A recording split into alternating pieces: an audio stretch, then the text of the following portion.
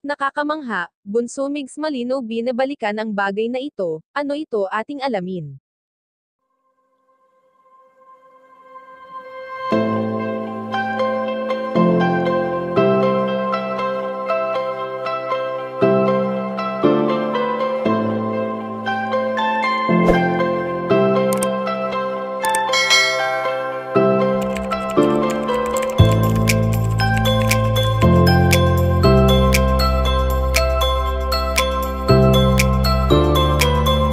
Naging mahirap para kay Bunso Migs Malino na tanggapin ang katotohanan na kahit kailanman ay hinding-hindi niya na muling makakasama pa ang isa sa pinaka-espesyal na babae sa kanyang buhay at ito ay walang iba kundi si Cutie Mahal.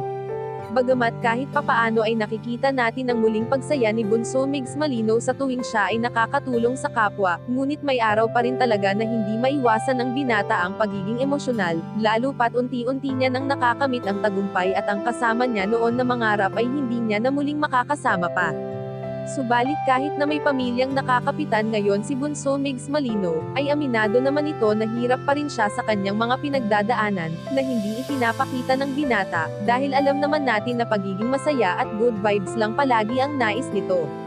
Kaya naman ngayon ay minamabuti na lamang ni Bunso Migs Malino ang sarilihin na lamang ang mga bagay na makakapagpaalala sa kanyang prinsesa, at ayon naman sa aming impormasyon na nakalap na may isang bagay na binabalik-balikan ngayon ang binata at ito ang mga lugar kung saan sila maglagi noon ng kanyang katambal na si Cutie Mahal, na kahit hindi niya na muling makakapiling pa ay nagpapaalala naman ito sa masayang memories na kanilang pinagsaluhan noon at wala nang makakapantay pa dito.